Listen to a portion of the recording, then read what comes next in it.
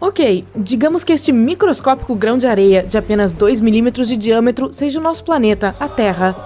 Pode acreditar, nem somos tão grandes assim na escala cósmica, então estou sendo bastante generosa. Vamos ver. Enfim, a Lua ficaria aqui com um pouco mais de 5 centímetros de distância, e teremos que encontrar um grão de areia que é 3 vezes menor do que o primeiro. É difícil dizer se este é o certo, então vamos imaginar de novo que seja. E qual é o vizinho mais próximo da Terra além da Lua? Isso mesmo, Vênus. Ele é considerado nosso planeta irmão, pois tem praticamente o mesmo tamanho e massa da Terra, então esse grão de areia será usado de novo. Quanto à distância, teremos que caminhar um pouquinho mais agora. E chegamos a mais de 6 metros de distância daquele grão que corresponde à Terra. E esta é a menor distância do universo. Vai por mim. Em seguida, vem Mercúrio, que tem menos da metade do tamanho da Terra. Então vamos pegar um grão de sal desta vez, para variar. A que distância você acha que ele fica do seu vizinho Vênus? Passou longe. Ele fica aqui, ó, a quase 8 metros de distância. Sabe aqueles ônibus de 2 andares de Londres? Então, a distância é igual ao comprimento desse veículo. Ok, Mercúrio é o planeta mais próximo do Sol. Então, naturalmente, aqui está a grande e majestosa estrela do tamanho desta pedra, que tem mais ou menos 20 centímetros de diâmetro, então serve. Onde vamos colocá-la?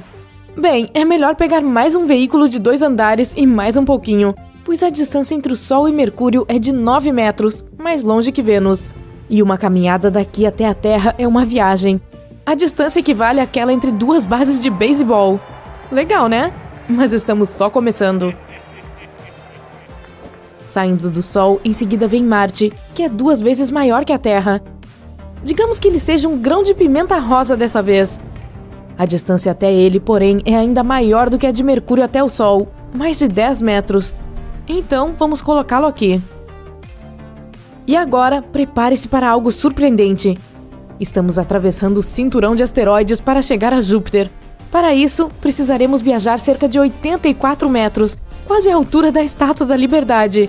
E o planeta em si é do tamanho dessa uva, com meros 2,5 centímetros. Agora vamos pegar uma uva menor e percorrer mais 100 metros. É essa a distância entre Saturno e Júpiter. Você ainda consegue ver a nossa pedra, quer dizer, o Sol, daqui? Eu acho que não consigo. Agora, se você pegar a ponte Golden Gate dos Estados Unidos e considerar os pontos mais alto e mais baixo dela, esta seria a distância entre Saturno e Urano, o 7º planeta do Sistema Solar. Viu só como a distância aumenta cada vez mais? E ainda está longe de acabar. Conheça Netuno, o irmão de Urano. Embora eles sejam vizinhos, andaremos mais 250 metros para chegar até ele. Coloque 5 piscinas olímpicas lado a lado e você terá a escala certa. O antigo planeta 9, Plutão, é nosso próximo destino. Se partirmos diretamente do Sol, ele ficará a mais 4 piscinas olímpicas de distância e será do tamanho de uma lasquinha de pimenta do reino. Plutão é 6 vezes menor do que a Terra. E agora vem o que mal conseguimos imaginar. Vamos primeiro voltar para o Sol e começar nossa jornada a partir de lá. Lembra da distância? Isso mesmo, mais de 800 metros de distância agora. Para chegar à fronteira do Sistema Solar a partir desse ponto, teremos que viajar 4 vezes ao redor do planeta. Sim, ainda estamos na escala onde o Sol corresponde a uma pedra de 20 centímetros. E quando terminarmos, estaremos em um cinturão gigante de pedaços de gelo flutuantes, a nuvem de Oort. O comprimento desse cinturão vai bem além dos limites do nosso planeta, mas vamos tentar. É só pegar 3 pedras do mesmo tamanho do nosso Sol aqui e colocá-las lado a lado. Agora, imagine que cada uma dessas pedras seja do tamanho real do Sol. Esse é o tamanho da nuvem de Oort para você, que forma um círculo ao redor do Sistema Solar inteiro. Se a colocarmos na escala inicial, nem vai dar para ver o Sol. Ele será do tamanho de um átomo. Então, vamos sair daqui e começar tudo de novo. Que tal? Ok, agora este anel de pedras contém dentro de si um volume imensurável de espaço. Seu raio é de aproximadamente 1 ano-luz, ou 1 centímetro na nossa escala. Isso seria o marco zero de todas as descobertas futuras. O sistema estelar mais próximo daqui é Alpha Centauri, e ele estará a cerca de 4 centímetros de distância. Ele consiste em 3 estrelas e pelo menos um planeta que pode ser habitável. O sistema é muito pequeno para ser visto nessa escala, mas vamos fingir que este grão de areia serve, e vamos seguir adiante. Agora vamos para a borda da galáxia Via Láctea, nosso lar. A galáxia em si tem cerca de 100 mil anos-luz de diâmetro, mas não estamos muito longe do seu centro, então nossa jornada durará apenas 50 mil anos-luz. Na escala minúscula que criamos aqui, ela teria um pouco mais de 500 metros. Se conseguíssemos deitar a torre CN de Toronto, no Canadá, essa distância seria o comprimento dela mais uns 3 metros. A partir daqui, a galáxia mais próxima de nós é Andrômeda. Em um futuro distante, ela colidirá com a Via Láctea, mas agora, para chegar lá, precisaremos viajar cerca de 25 quilômetros. Isso dá 2,5 milhões de anos-luz em números reais. Se estiver interessado, isso também equivale a 2,5 vezes a distância da superfície até o ponto mais profundo da Fossa das Marianas, conhecido como Depressão Challenger. Em seguida, temos um objeto que poderia finalmente ser de grande escala, a NGC 604, uma nebulosa localizada na galáxia do Triângulo.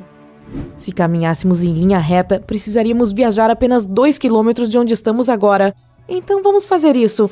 E a nebulosa em si tem cerca de 1.500 anos-luz de diâmetro, o que equivale a 15 metros. É um prédio de 5 andares. Mas vamos voltar cerca de 800 metros para observar outra coisa. Este objeto é quase do tamanho exato de um Boeing 747 e, surpreendentemente, é uma galáxia. Uma galáxia anã, para ser mais precisa. A Messier 32 tem 6.500 anos-luz de diâmetro e é um satélite para a galáxia Andrômeda. Elas se movem juntas e a Messier é puxada pela gravidade de sua irmã mais velha. Agora vou levar você para o melhor passeio da sua vida. Prepare-se, vamos percorrer distâncias e nos deparar com tamanhos que pareceriam impossíveis se fossem verdade. Primeiro, vamos voltar ao círculo de pedras que é o nosso sistema solar. Partindo para cima e para fora do nosso sistema solar, podemos ver a Via Láctea, com seu 1 km de largura.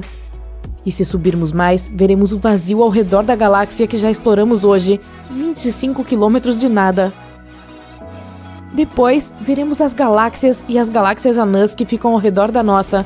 Primeiro a Andrômeda, e então as outras, até chegarmos a um ponto alto o suficiente para ver o grupo local todo. Ele é o conjunto galáctico no qual a Via Láctea corresponde a não mais que 1% dele. O diâmetro total seria de quase 100 quilômetros. Mas continuamos subindo. E agora estamos olhando para o brilhante superaglomerado Laniakea, que abriga o grupo local. A partir daqui, nossa galáxia nem é mais visível. O diâmetro do superaglomerado é de cerca de 5.200 quilômetros, ou seja, do tamanho da Ruta 40, que percorre a Argentina de norte a sul. E não para por aí. Vamos subindo cada vez mais, até vermos Boss Great Wall, um superaglomerado que fica a uma distância inimaginável de nós e que, em nossa minúscula escala, teria um diâmetro de 10.000 quilômetros. Isso é maior que a Grande Muralha da China, com todas as suas ramificações. Agora entendi por que se chama Boss. E finalmente, estamos lá em cima, no espaço sideral agora. Embora o modelo da nossa galáxia inteira tenha ficado tão longe lá embaixo que já não é mais possível vê-la sem um telescópio. E agora estamos olhando para a maior coisa observável do universo, Grande Muralha Hércules Corona Borealis. Na nossa escala, ela ficaria a 100.000 quilômetros de distância da Terra, ou a 1/4 da distância até a Lua. E seu diâmetro é o mesmo, então equivale a mais 1/4 do caminho. Há trilhões e trilhões de galáxias, nebulosas, estrelas e infinitas possibilidades por lá. E mesmo assim, o universo está sempre expandindo. Então, isso tudo é só o começo. De onde estamos, o Sol parece tão calmo e pacífico. Mas assim como os seres humanos e basicamente todo o mundo vivo, o Sol tem suas próprias fases quando está mais ou menos ativo. Só que as consequências são muito maiores e mais caóticas quando ele se torna hiperativo. Vamos aumentar o zoom para ver o que está acontecendo lá em cima. Então, uma das maneiras de medir a atividade da nossa estrela é contar as manchas solares em sua superfície. Se trata de manchas escuras que se formam quando o campo magnético do Sol fica todo emaranhado. É simples, quanto mais manchas solares, mais ativo está o nosso Sol. E parece que o Sol anda se divertindo muito nos últimos tempos. O número de manchas solares que os cientistas observaram é o maior em quase 21 anos. Em junho, 163 manchas apareceram na superfície do Sol. A última vez que tivemos tantas manchas escuras no Sol foi em setembro de 2002, quando havia 187 delas. Parece que essa festa caótica está se aproximando de seu pico, e isso é algo que chamamos de máximo solar. Como tudo isso acontece? O campo magnético do Sol é forte e organizado em algum ponto. Mas, como dissemos, às vezes chega um momento em que ele acaba emaranhando como uma bola de elásticos que estão enrolados com muita força. Isso também significa que o plasma está subindo da superfície, formando loops e causando uma bagunça na forma de erupções solares e algo que chamamos de ejeção de massa coronal, ou EMC. É quando o plasma na atmosfera superior do Sol, chamada de corona, enlouquece e explode com muita força. Então, em algum momento, essa bola se quebra e completamente vira e transforma o Polo Sul em Polo Norte e vice-versa. Tudo isso acontece praticamente a cada 11 anos.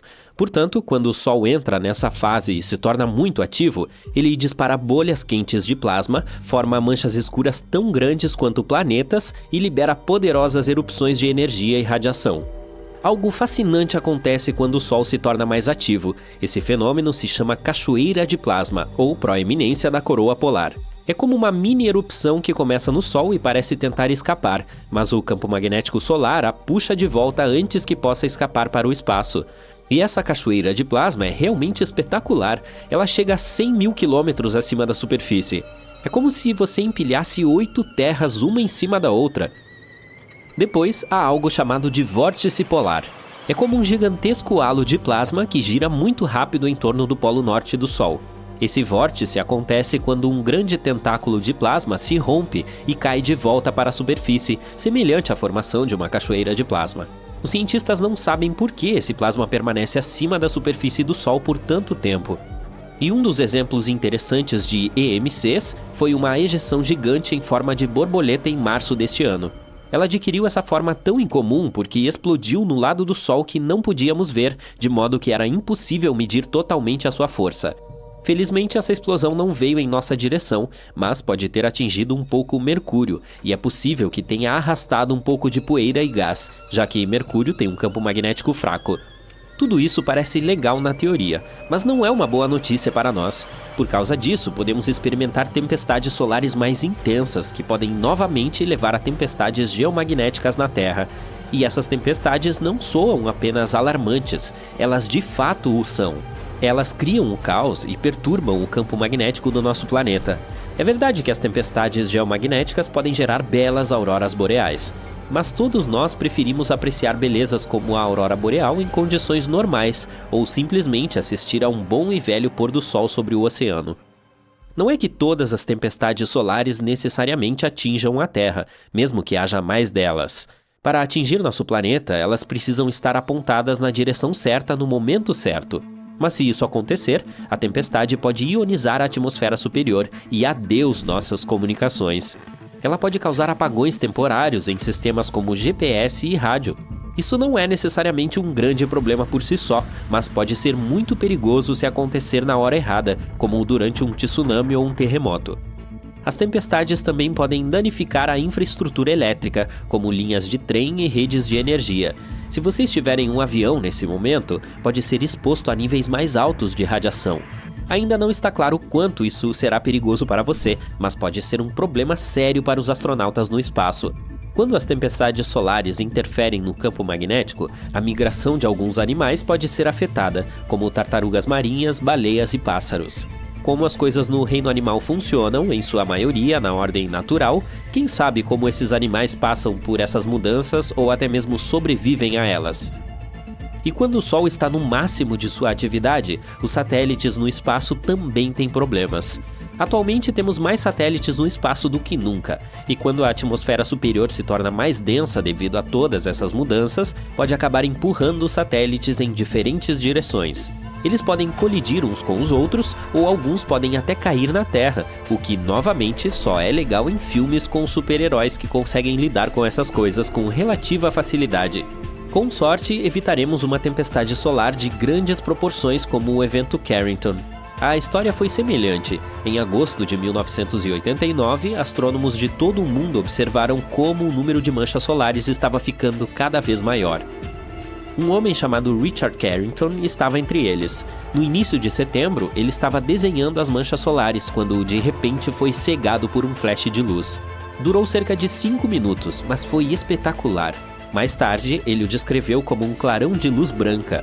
Era uma ejeção de massa coronal muito forte e em apenas 17 horas e 6 minutos, essa tempestade atravessou o longo caminho entre o Sol e o nosso planeta natal e liberou sua força sobre nós, embora isso normalmente leve dias. E quando essa tempestade começou, máquinas de telégrafo em todo o mundo soltaram faíscas, operadores levaram choques elétricos e o papel até pegou fogo. As pessoas ficaram realmente assustadas e confusas porque nunca tinham visto um céu tão brilhante antes. Algumas até pensaram que era o fim do mundo. No dia seguinte, telegrafistas ainda não conseguiam trabalhar adequadamente porque a atmosfera da Terra ainda estava carregada. Eles até conseguiram enviar mensagens usando a corrente auroral em vez de eletricidade comum. Mas ela também trouxe algo incrível: auroras deslumbrantes no céu. Quem estava no Havaí ou em Cuba pôde ver as belas auroras boreais, enquanto quem estava no Chile pôde ver auroras austrais. Tudo isso está aumentando lentamente, mas de forma constante. Veja as erupções solares, por exemplo. Elas são poderosas explosões de energia do Sol. Em 2022, houve 5 vezes mais dessas erupções em comparação com o ano anterior. Além disso, as grandes erupções de classe X também estão ficando mais fortes e mais comuns do que antes. E isso pode ser muito mais extremo do que se pensava. Além disso, é provável que comece um pouco antes do previsto. Inicialmente, os cientistas pensaram que o pico ocorreria em 2025, mas parece que ele pode ocorrer até mesmo no final de 2023. Não podemos nos proteger completamente caso uma tempestade solar nos atinja diretamente, mas ainda podemos fazer algumas coisas, como planos de aterramento, ajuste das trajetórias dos satélites no espaço e tentar garantir que a infraestrutura vulnerável permaneça segura. Para fazer tudo isso, precisamos de melhores previsões do clima solar para nos ajudar a nos prepararmos para o pior. Tudo isso pode parecer muito ruim a princípio, mas não se preocupe, as explosões solares não destruirão nosso planeta. Elas enviam material solar carregado em nossa direção em velocidades bastante altas. Mas não é que estejamos completamente condenados se essas coisas nos atingirem. Nosso planeta não nos deixará desprotegidos. Ainda temos a atmosfera e o campo magnético que nos mantém relativamente seguros. Nossa atmosfera espessa é como um escudo que bloqueia a radiação que pode nos prejudicar. Portanto, essas explosões solares podem afetar principalmente a tecnologia, mas não destruir a Terra. Acho que temos nossos próprios super-heróis afinal. Nuvens de fogo e fumaça surgem e o foguete é lançado. O Delta IV Heavy é um dos foguetes mais poderosos já existentes. 3 motores enormes queimam toneladas de combustível, ajudando a nave espacial a ganhar altitude. Os 2 auxiliares laterais desencaixam, deixando o núcleo comum do auxiliar para a subida adicional. Quando em órbita, o foguete libera sua carga útil. Essa é a sonda Parker Solar, a primeira nave espacial a tocar o Sol. E seguiremos sua jornada passo a passo. A sonda foi lançada em 12 de agosto de 2018 e começou sua jornada em direção à nossa estrela. O Sol está a 150 milhões de quilômetros de distância da Terra. Isso é 390 vezes a distância Terra-Lua e 36 mil vezes a largura dos Estados Unidos de costa a costa. As partículas de luz que o Sol emite precisam de 8 minutos para percorrer essa distância. Para nossos foguetes convencionais, essa viagem levaria mais de 200 dias, mas a Parker Solar cobriu mais rápido usando manobras gravitacionais. No caminho da Terra para o Sol, a sonda circulou em torno do nosso vizinho Vênus. Tudo o que tinha que fazer era entrar no campo gravitacional do planeta e se deixar ser atraída. Nesse ponto, nossa sonda espacial recebeu um impulso extra, sem precisar desperdiçar nenhum combustível. Depois de fazer uma órbita, os motores da sonda espacial mudaram a trajetória e a sonda deixou a órbita de Vênus com aceleração suficiente para viajar para o Sol. E, em 5 de novembro de 2018, a sonda Parker Solar fez sua primeira aproximação ao Sol. Antes de tocar sua superfície, a nave espacial teve que entrar na órbita da estrela. Para conseguir isso, fez mais manobras gravitacionais. Somente depois disso é que ela começou a circular pelo Sol, o objeto mais pesado do sistema solar e com a gravidade mais poderosa. Então, isso dará à sonda uma quantidade incrível de aceleração a cada sobrevoo. A Parker Solar estava constantemente se movendo entre dois pontos. Eles eram o periélio e afélio. Olha, aqui está o Sol, e aqui está a órbita da sonda em forma de elipse. O ponto mais próximo do Sol é o periélio. O Sol estava puxando a sonda para lá a uma velocidade incrível. Neste ponto, a sonda começou a se afastar da estrela. Ainda tinha muita velocidade e energia, mas estava lutando contra a força gravitacional da estrela, e então, gradualmente diminuiu. O ponto em que a sonda perdeu toda a sua aceleração é chamado de afélio. A força gravitacional da estrela venceu, e a sonda começou a se mover de volta em direção ao Sol, ganhando velocidade novamente. A sonda fez várias voltas seguindo uma órbita estável, mas depois sua órbita se cruzou com a de Vênus novamente. Outra manobra gravitacional. Depois disso, a trajetória da Parker Solar mudou ligeiramente e ganhou mais velocidade. O ponto periélio de sua órbita estava agora mais próximo do Sol. A sonda fez várias outras voltas seguindo essa nova órbita, e então novamente se aproximou de Vênus, outra abordagem ao Sol. Cada encontro com Vênus corrigia a trajetória da sonda e reduzia gradualmente sua distância da nossa estrela. Em abril de 2021, a sonda Parker Solar finalmente chegou tão perto do Sol que tocou a sua coroa. Embora a distância real entre a sonda e o Sol fosse de 8,5 milhões de quilômetros, isso ainda conta como um toque. Vamos olhar para a estrutura da nossa estrela cortando ao meio. Este é o núcleo do Sol. É cerca de 1/4 da sua largura. Esse núcleo é 150 vezes mais denso que a água. Devido à pressão intensa e alta temperatura, reações nucleares ocorrem por lá. O hidrogênio é convertido em hélio, emitindo uma quantidade incrível de calor e radiação. A camada seguinte é a zona de radiação. É aqui que o calor é transferido do núcleo para as próximas camadas.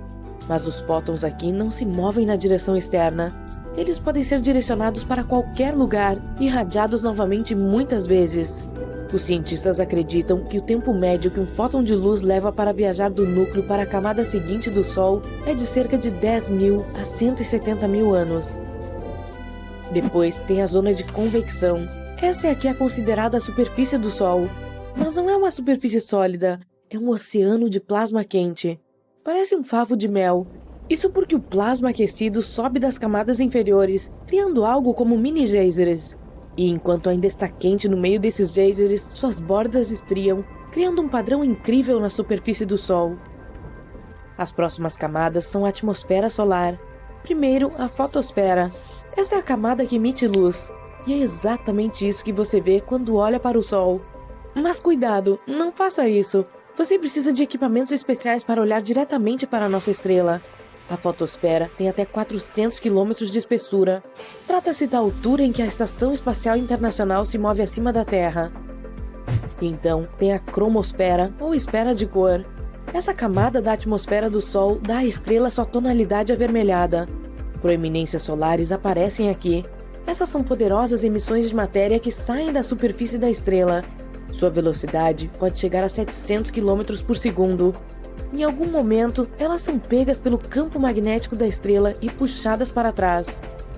E depois há a coroa, um envelope gasoso do Sol. As descargas mais poderosas acontecem lá. Você pode ver a coroa durante eclipses, quando a Lua cobre o disco solar. Então, é possível notar algum tipo de brilho ao redor da estrela. Essa é a coroa. Estende-se por milhões de quilômetros ao redor do Sol, e a sonda Parker Solar tocou precisamente essa área. É aí que o material solar e a radiação ainda estão ligados à gravidade da estrela e não voam para o espaço. E tudo que está além dessa área é o vento solar, que é o material e a radiação que conseguem escapar da gravidade do Sol e partir para o espaço. A Parker Solar surpreendeu os astrônomos ao fornecer mais informações sobre esse limite. Acontece que não é uma parede circular perfeita como costumávamos pensar. O limite é irregular, parece mais uma cordilheira. Essas regiões acidentais têm essa forma por causa do fluxo irregular de plasma da superfície solar. Quanto maior e mais poderoso o fluxo, mais distante o limite está da superfície da estrela.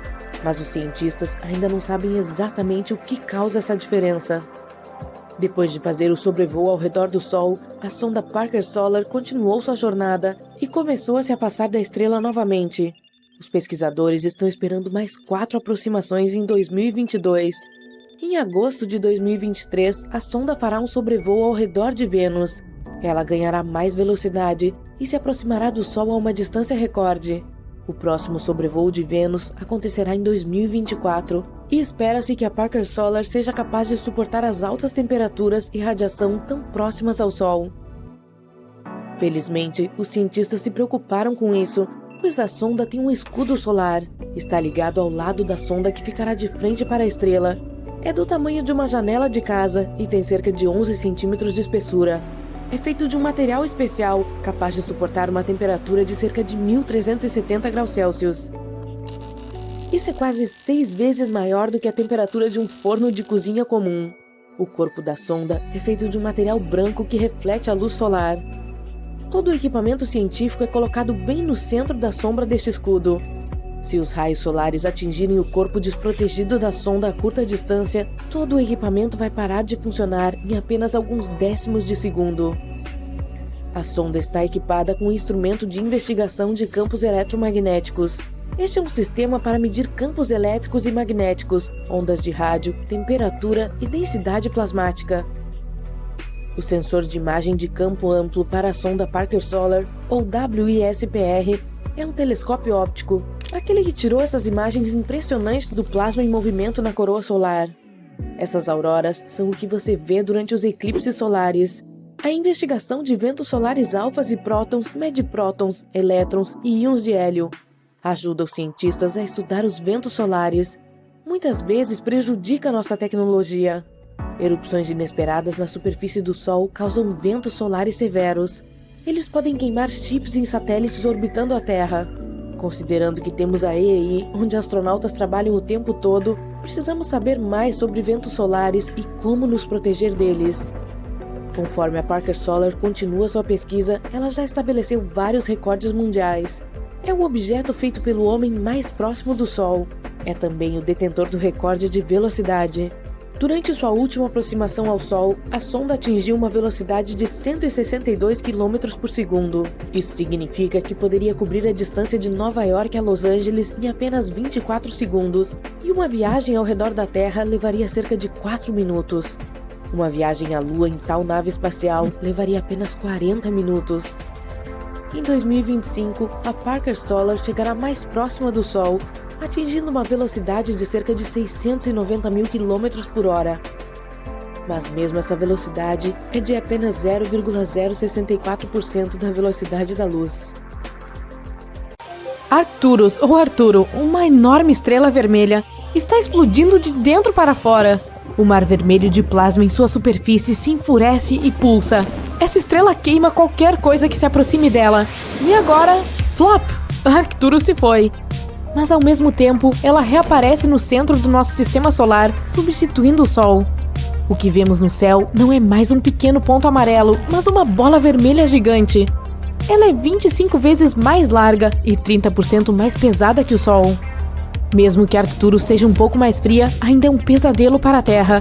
A distância do nosso planeta até a estrela é agora 25 vezes menor. Toda a água dos oceanos e rios começa a evaporar. Florestas tropicais estão se transformando rapidamente em desertos sem vida.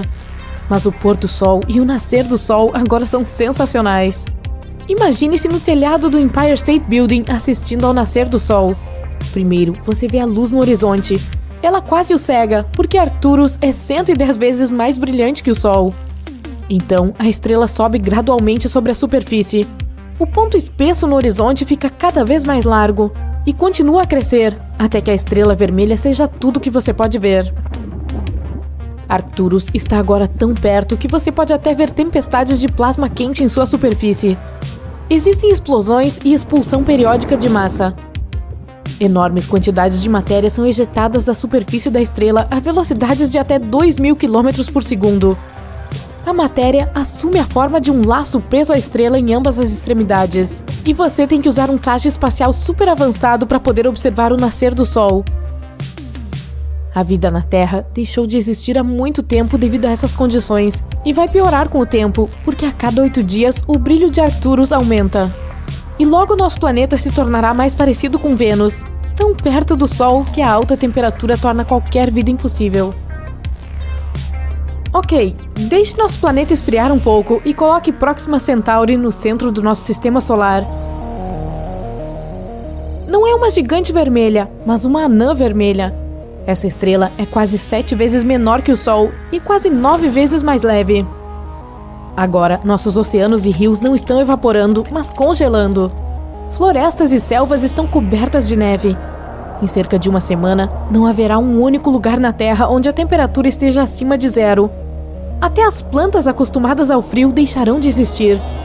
Elas se alimentam principalmente da energia do Sol, portanto começam a morrer de fome. Mas ainda haverá água abaixo da camada de gelo. Ela será aquecida pelo núcleo quente do nosso planeta. Os micro-organismos serão capazes de sobreviver. Está mais escuro na Terra também. Parece um crepúsculo sem fim por aqui. E mal podemos ver a Lua. A questão é que ela não produz sua própria luz, mas reflete a luz do Sol. Com a Próxima Centauri substituindo a nossa estrela, a Lua perde seu brilho. Mas um problema ainda maior seria com a nossa órbita. O Sol tem uma determinada força gravitacional, e isso nos mantém firmes na doce zona habitável, uma região nem muito quente, nem muito fria. A gravidade da Próxima Centauri é muito mais fraca, e a Terra está lentamente se afastando da estrela. Agora corremos o risco de encontrar asteroides voando pelo espaço ou até mesmo outros planetas. Mas o pior cenário é se Próxima Centauri simplesmente não conseguir segurar nosso planeta e voarmos para o espaço escuro. Nesse caso, pode esquecer todas as formas de vida aqui. Agora, vamos colocar Sirius no centro do nosso sistema solar. É a estrela mais brilhante do nosso céu noturno. É apenas 70% maior que o Sol, mas quase 2 vezes mais quente. Portanto, seu brilho não é apenas forte, é crepitante. E sua luz não é amarela, mas em algum lugar entre o azul e o branco. Você não poderia sair na cidade sem óculos de sol, ou óculos de Sirius, né? Ainda assim, você não gostaria de andar pelas ruas com o asfalto fervendo. Seria possível literalmente fritar ovos na calçada.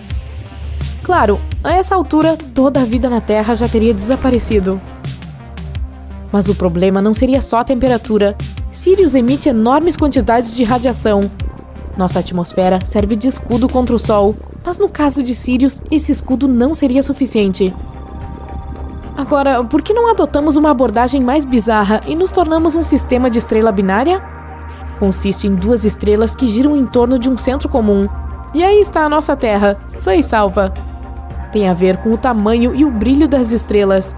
Essas 2 não são muito grandes e emitem tanta luz quanto o nosso Sol. Tudo o que importa para nós é que o nosso planeta permaneça na zona de segurança do sistema de estrela binária. Ao nascer do Sol, você vê primeiro uma estrela aparecer abaixo do horizonte e alguns minutos depois, a outra. O único problema é que essa beleza pode explodir em breve com uma força enorme. Em um sistema binário, uma estrela é sempre mais pesada que sua companheira. Mais cedo ou mais tarde, ela começa a puxar a matéria para longe da estrela menor. Gradualmente, a estrela maior apenas devora a sua vizinha. Então, a maior pode atingir uma massa crítica e explodir. Essa explosão seria tão forte quanto a de uma supernova. Isso destruiria todo o nosso sistema solar. A luz dessa explosão seria visível a centenas de anos-luz de distância. Depois disso, se formaria uma enorme nebulosa no lugar do nosso sistema solar, a poeira estelar e as partículas que sobrariam do nosso mundo. Indo para o reino da loucura agora. Um buraco negro. Sim, há um no centro do nosso sistema solar agora. Conhecemos os buracos negros como objetos assustadores e misteriosos que atraem tudo em seu caminho. Mas mesmo em torno de um buraco negro, há uma zona habitável.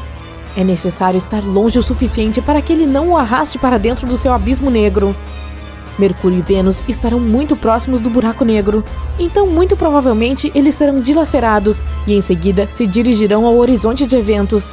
Essa é a última parada antes de atingir a singularidade, o coração do buraco negro. Existem apenas 2 problemas: luz e tempo. Um buraco negro atrai luz em vez de emiti-la, portanto, a Terra ficaria escura e fria rapidamente. E o tempo passa mais devagar em torno de objetos pesados. Perto de um buraco negro, 1 segundo pode ser igual a semanas ou até meses de distância no espaço sideral.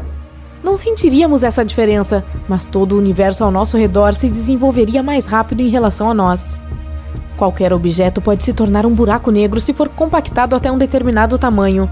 Por exemplo, o Sol pode se tornar se for reduzido a uma largura de 6 km, e até mesmo a Terra. Se você a apertar até que atinja 1,8 cm de largura, ela se tornará um buraco negro. Agora uma pequena rocha espreita no centro do nosso sistema solar. É uma estrela de nêutrons. Tem cerca de 30 km de largura. Alguns meteoritos são muito maiores do que isso. Mas ela tem uma massa comparável à do Sol. Portanto, sua força gravitacional é quase a mesma e a órbita do nosso planeta está intacta. Mas o problema é que as estrelas de nêutrons quase não emitem luz visível. Portanto, agora é permanentemente noite na Terra. Mesmo assim, fica muito quente aqui. Quando uma estrela de nêutrons nasce, ela pode ser várias vezes mais quente que o Sol, mas ela esfria rapidamente até a temperatura a que estamos acostumados. Portanto, há uma chance de que toda a vida na Terra ainda não tenha sido queimada. Outro problema é que essas pequeninas giram muito rapidamente e podem se tornar pulsares. É como se houvesse um holofote poderoso de cada lado de uma estrela giratória. As estrelas de nêutrons também ejetam radiação em velocidades tremendas. Esses raios tornariam nosso planeta literalmente estéril. Nenhuma forma de vida seria capaz de existir nessas condições. E agora é a hora da maior estrela já conhecida, Stephenson 218. Essa gigante vermelha é 2.150 vezes maior que o Sol. E se a colocássemos no centro do nosso sistema solar, sua borda alcançaria a órbita de Saturno. Aí Mercúrio, Vênus, Terra, Marte e Júpiter já teriam sido engolidos pela enorme estrela, enquanto Saturno, Urano e Netuno seguiriam assando como castanhas no fogo até evaporarem em breve. Na verdade, isso também pode acontecer com o nosso Sol. Quanto mais velho ele fica, mais vermelho e maior se torna. Eventualmente, ficará sem seu combustível, o hidrogênio, e o Sol começará a queimar elementos mais pesados em seu núcleo. Isso fará com que ele se expanda. Então veremos pores do Sol e amanheceres mais bonitos, mas a temperatura ficará muito alta. Em teoria, o Sol ficará tão grande que engolirá a Terra, e então ele explodirá em uma supernova, não deixando sobrar nada do nosso sistema solar. Brilhante! Ah, que lindo! Você está caminhando com alguém e olha para o céu. O Sol está um pouco diferente hoje, como se houvesse algum tipo de anel ao redor. Algo tipo um arco-íris. Hã? Olha aquilo! A pessoa desgruda do celular e diz: você não deve olhar diretamente para tudo. É uma auréola solar. Precisamos encontrar abrigo agora, a não ser que você tenha o maior guarda-chuva do mundo aí. A auréola solar é um sinal da natureza de que há uma tempestade de neve ou de chuva a caminho. Ela é causada por nuvens formadas por zilhões de pequenos cristais de gelo, voando a cerca de 6 km de altura. A luz solar atravessa esses cristais, o que faz com que ela se divida e refrata, assim como quando tem arco-íris. Porém, não olhe diretamente para a auréola do Sol. Vai ser tentador, pois não é algo que se vê todos os dias, além de ser muito bonito. Mas a luz ultravioleta pode queimar o tecido exposto da sua retina e causar sérios danos, então não vale a pena. Pegue um óculos de sol e pronto. Esse fenômeno dura cerca de 40 minutos. Essas nuvens são as mesmas que às vezes podem formar um anel assustador ao redor da Lua. A natureza envia os primeiros sinais de desastres de muitas maneiras diferentes. Árvores em forma de J podem significar que um deslizamento de terra está se aproximando. Como o solo está se movendo lentamente, elas ficam dessa forma por conta própria. Tente encontrar uma área plana e evite chegar perto de qualquer árvore, a menos que tenha força sobrenatural. Você está passeando na praia, areia, sol, nenhuma nuvem no céu. Então, do nada, vê a água voltando, se afastando da costa. De repente, consegue até ver pedaços de coral, pequenos peixes e outros pequenos animais marinhos aleatórios. Isso é um bom sinal para ir embora, porque pode haver um tsunami a caminho. Ele se forma quando há um terremoto debaixo d'água e pode atingir a costa a 800 km por hora. Acontece principalmente no Oceano Pacífico, mas para que arriscar? Se houver uma faixa de água agitada na praia, fique longe. Pode haver uma corrente de retorno sob a superfície que pode ser extremamente perigosa. Às vezes, as ondas atingem a costa de uma forma estranha, o que forma essas correntes. Você pode ver um vão estranho nas ondas ou notar pedaços aleatórios de algas marinhas indo em direções diferentes. Se alguma vez se encontrar preso em uma correnteza, tente se manter à tona e não desperdice sua energia nadando contra a corrente. Grite por ajuda e tente flutuar ao longo da praia. Depois de sair dessa área, nade diagonalmente até a costa. Se você estiver no oceano e vir um grupo de tubarões nadando... Ok, este cenário não parece bom de jeito nenhum. Bem, a boa notícia é que eles não estão necessariamente vindo atrás de você. A má notícia? Podem estar tentando escapar de uma grande tempestade tropical ou mesmo de um furacão. Os tubarões conseguem sentir essas coisas, então, quando a natureza fica enfurecida, eles se agrupam e nadam nas profundezas da superfície até que fiquem em segurança. Talvez você não devesse segui-los. Boa sorte. A regra de ouro desde os tempos antigos é: siga os animais. Insetos, ratos e cobras deixam suas casas alguns dias antes de grandes terremotos. Os cientistas não conseguem identificar ou realmente explicar como eles sabem o que está por vir. Parece que os animais realmente conseguem sentir terremotos. Talvez porque sejam capazes de sentir aquelas pequenas ondas de choque iniciais que não percebemos. E se você vir animais correndo na sua direção, isso pode significar que você está prestes a ser o café da manhã de algum deles. Ou significa que há um incêndio florestal de onde eles vêm. Anfíbios como sapos, rãs e salamandras tentam se proteger, enterrando-se no solo. Outros simplesmente correm. Antes de começar a disparar com eles, verifique se consegue ver a fumaça, para não sair correndo à toa. Bem, não são apenas animais. Nós também conseguimos detectar sinais de alerta. Por exemplo, se você percebe que os seus pelos e cabelo começam a arrepiar de repente e suas joias começam a vibrar, proteja-se imediatamente. Um raio pode estar prestes a atingir algum lugar próximo. Se estiver ao ar livre e não puder entrar em uma casa, certifique-se de: não ficar perto de qualquer estrutura alta, não deitar no chão, não ficar perto da água, não procurar abrigo sob uma árvore isolada, não ficar parado em uma área aberta, e não ficar no topo do Empire State Building, pois ele é atingido centenas de vezes por ano. Você gosta de esquiar? Tudo é diversão e brincadeira até que fique tudo branco. Avalanches podem se mover a até 130 km por hora, então tome cuidado com alguns sinais de alerta. Parece que está oco quando você anda na neve? Há rachaduras em torno dos seus pés? Dá pra ver uma grande avalanche chegando? Hora de se mandar! Às vezes, uma tempestade mistura sua luz azul com a vermelha do sol, e você obtém um verde bem impressionante. Aprecie de uma distância segura, de preferência dentro de casa. Essa nuvem super alta de tempestade geralmente significa que haverá granizo, ou pior, um tornado. Encontre abrigo em algum lugar, como em um estacionamento subterrâneo ou um porão. Pode ser que seja um pouco constrangedor se você estiver errado. Ok, sabemos que vulcões podem ser perigosos, mas e os lagos perto deles? Tem alguma coisa que não seja sinal de perigo? Esses corpos de água que estão perto de algo fervente que nunca esfria. Então, vulcões são como latas de refrigerante agitadas com força, apenas esperando para explodir. O magma que está no subsolo, na verdade, empurra o dióxido de carbono para o fundo do lago, e esse gás fica lá, esperando.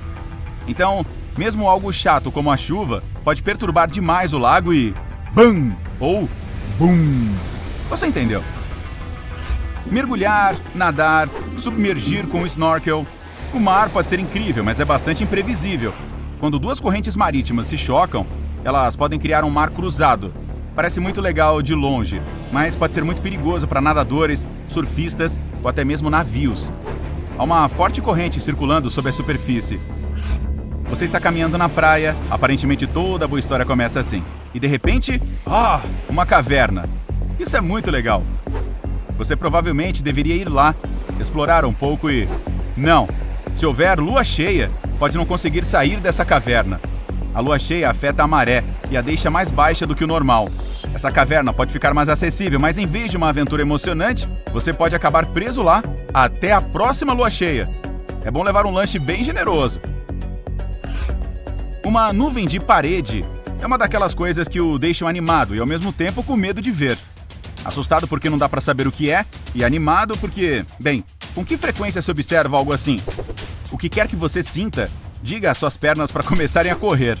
Durante uma tempestade, essas nuvens ficam mais baixas do que qualquer outra coisa e podem ter até 8 km de comprimento. E se elas começarem a girar, bem, a Dorothy foi parar em Oz. Vai saber o seu destino. Em 2009, na Itália, um homem estava na cozinha e então viu algumas luzes piscando. Ele sabia exatamente o que fazer. Levou a família para um lugar seguro e, alguns segundos depois, um grande terremoto atingiu toda a região. A família sobreviveu graças à reação rápida dele. O cara sabia que aquelas luzes trêmulas eram, na verdade, um sinal de um terremoto próximo. As pessoas têm visto essas luzes misteriosas há muito tempo. Algumas pensavam que era até algum tipo de sinal vindo do espaço. Os cientistas nunca costumavam levá-las a sério, mas depois da invenção da fotografia, mais e mais evidências dessas luzes estranhas apareceram. Logo, percebeu-se essa conexão. As luzes aparecem e logo o terremoto começa. Depois de cavar um pouco, os pesquisadores encontraram alguns registros dessas luzes de terremotos de centenas de anos atrás. Chamas azuladas saindo do solo logo antes de um terremoto. Oh, assustador!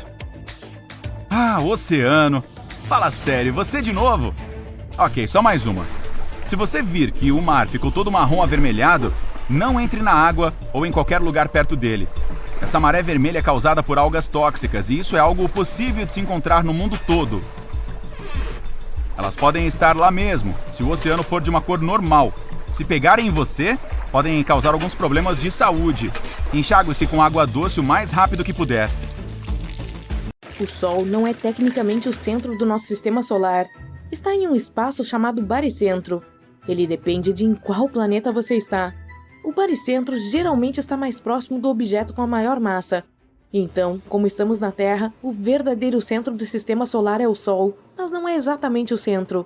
Com relação a Júpiter, o baricentro está na verdade fora da superfície do Sol. Júpiter é 318 vezes maior que a Terra, então o equilíbrio é diferente. Os planetas realmente não giram em torno do Sol, mas em torno de seu centro de massa comum. Imagine equilibrar um lápis na ponta do dedo. Você precisa colocá-lo bem no centro para que ele não caia para um lado. Como o lápis tem a sua massa igualmente distribuída, é fácil supor que tudo se equilibre assim, especialmente no espaço sideral. Mas tente equilibrar um martelo na ponta do dedo do pé. É provável que você quebre o dedo do pé. Seu verdadeiro baricentro fica perto da cabeça do martelo, em vez de no centro real onde você o seguraria. A Terra e o baricentro do Sol são como esse martelo. O centro de massa está mais ou menos no centro do objeto. Realisticamente, se o Sol girasse em torno da Terra, nosso pequeno planeta azul teria que ser tão grande quanto o Sol, ou maior. Não podemos desconsiderar os outros planetas do nosso sistema solar, o que significa que todos eles também teriam que girar em torno de nós. Mas nos tempos antigos, mentes brilhantes sempre achavam que tudo girava em torno da Terra.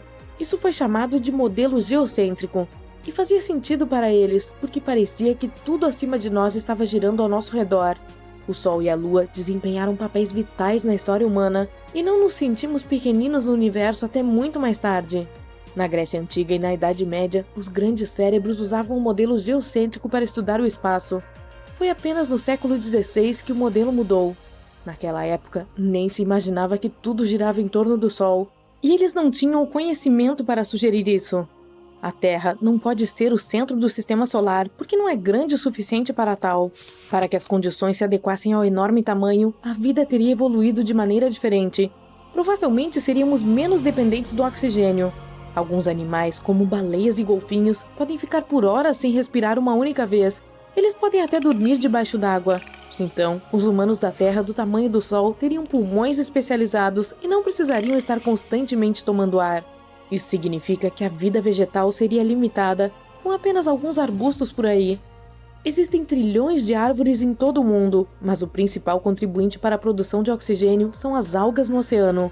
Com espaços tão vastos de oceanos e mares, as algas na superfície estão bombeando o ar que respiramos. O oxigênio não seria tão abundante neste planeta, mas nossos mecanismos respiratórios poderiam depender do dióxido de carbono, outro gás comum encontrado em outros planetas. Se o planeta fosse quente, a água seria escassa. Nós só a encontraríamos em certas partes do planeta, como topos de montanhas. O chão seria queimado demais para que qualquer coisa sobrevivesse adequadamente. Poderíamos esquecer as estações também. O Sol é atualmente grande o suficiente para nos dar o que precisamos, mas como a Terra seria tão grande e o Sol seria outro corpo celeste emitindo calor, sempre sentiríamos estar dentro de um micro-ondas. Os dias e noites seriam diferentes e não haveria muita precipitação. Com tanto calor produzido no núcleo, terremotos e vulcões provavelmente entrariam em erupção o tempo todo. A superfície seria praticamente uma planície escaldante de magma vermelho flutuando ao redor. Este seria o verdadeiro planeta vermelho. Mas se tivéssemos a mesma paisagem da Terra, morar em algum lugar perto das montanhas poderia ser a salvação. As montanhas ainda estariam ligadas ao núcleo, mas seria melhor do que ficar no chão. Alguns dos picos das montanhas poderiam ser até 100 vezes mais altos que o Monte Everest. Os cânions poderiam ser tão profundos a ponto que a fossa das Marianas pareceria uma pequena ruptura. Os animais também se comportariam e pareceriam diferentes. Aqueles de sangue frio teriam que absorver o mínimo de sol possível para que não queimassem. Os animais teriam que confiar na migração para encontrar água em terras distantes. Os pássaros podem voar por centenas de quilômetros na temporada de migração, então provavelmente veríamos certos pássaros de aparência elegante voando pelo ar. Mas, como a gravidade seria tão forte em uma terra de tamanho colossal, os animais voadores precisariam de ossos e núcleo mais finos para poder alçar voo. Os verdadeiros sobreviventes seriam os micro-organismos. Eles podem viver em temperaturas e pressões extremas e podem viver sem oxigênio por um bom tempo. As noites seriam escuras, já que não haveria lua para refletir a luz do sol. A lua provavelmente estaria no lado oposto de onde o sol está brilhando, então seria para sempre uma bola flutuante no céu. A velocidade de rotação da Terra é mais rápida no Equador, então se todos os planetas e o Sol girassem ao nosso redor, nossa rotação não seria tão significativa. Nossos padrões climáticos não seriam bons para as plantações. Os seres humanos teriam evoluído de forma diferente do que são agora. Provavelmente seríamos mais baixos e parrudos, já que a gravidade é tão forte. E devido às altas temperaturas, provavelmente viveríamos em cavernas ao redor do mundo. Os mais fortes teriam migrado para as montanhas. Provavelmente teríamos o mesmo caminho evolutivo que temos agora, mas outras características físicas poderiam ser diferentes. Nosso pigmento provavelmente seria diferente para combater o calor. A raposa do deserto tem orelhas grandes para ouvir predadores e se refrescar no calor escaldante do deserto. É possível que também tivéssemos ouvidos maiores do que temos agora por esse mesmo motivo. Seríamos muito mais fortes do que somos e nossos ossos seriam grossos e difíceis de quebrar. A gravidade é um dos componentes-chave para desenvolver nossa densidade óssea e massa muscular. Isso significa que dificilmente precisaríamos de ferramentas para caçar, o que teria atrasado a Idade do Bronze e a civilização moderna como a conhecemos. Com pouca vegetação, ficar de pé não seria tão necessário para encontrar predadores ao nosso redor. Também não seríamos os corredores mais rápidos, mas seríamos fortes o suficiente para lutar contra um bando de lobos de aparência estranha. E se a Terra fosse superdimensionada, então é possível que várias espécies de humanos estivessem vagando pela Terra em áreas isoladas. Algumas espécies humanas cresceriam e evoluiriam para os pensadores inteligentes de hoje, mas outras permaneceriam as mesmas, e algumas criaturas do passado ainda estariam inalteradas. Tubarões estariam vagando pela Terra desde a era dos dinossauros. Eles não teriam que mudar de forma ou se adaptar devido ao seu domínio. Outros animais permaneceriam os mesmos por causa de seu isolamento. A ilha de Galápagos abriga alguns animais únicos porque eles estão isolados há tanto tempo. Sem predadores adequados constantemente à espreita ao redor, eles não temem humanos. A nova Terra gigante teria áreas tão grandes quanto a Ásia, cheias de animais isolados que poderiam permanecer exatamente iguais a quando apareceram pela primeira vez. As espécies humanas dessas regiões também permaneceriam as mesmas, já que não teriam se movido ou experimentado com nada. Sua dieta permaneceria a mesma e eles se acostumariam com o clima a que estavam expostos. A tecnologia também teria florescido de forma diferente em várias partes do planeta. Com algumas áreas em completo isolamento, o acesso a novos gadgets e invenções ficaria restrito. Seria como viver em um planeta com diferentes eras nos dias atuais. Outras áreas seriam tão avançadas que poderiam até estar voando para fora do planeta em busca de verdades e respostas. A nossa gravidade é boa o suficiente para vivermos adequadamente e desenvolvermos vida. Mas se o nosso planeta tivesse o tamanho de Júpiter, a gravidade nos esmagaria. E sendo do tamanho do Sol, a Terra nem seria um planeta, mas uma anã marrom e estaria constantemente queimando até se tornar um novo Sol. Atualmente, a Terra é tão pequena em nosso universo que somos praticamente como um grão de areia no deserto. Em um nível cósmico, somos uma pequenina contribuição para esse universo.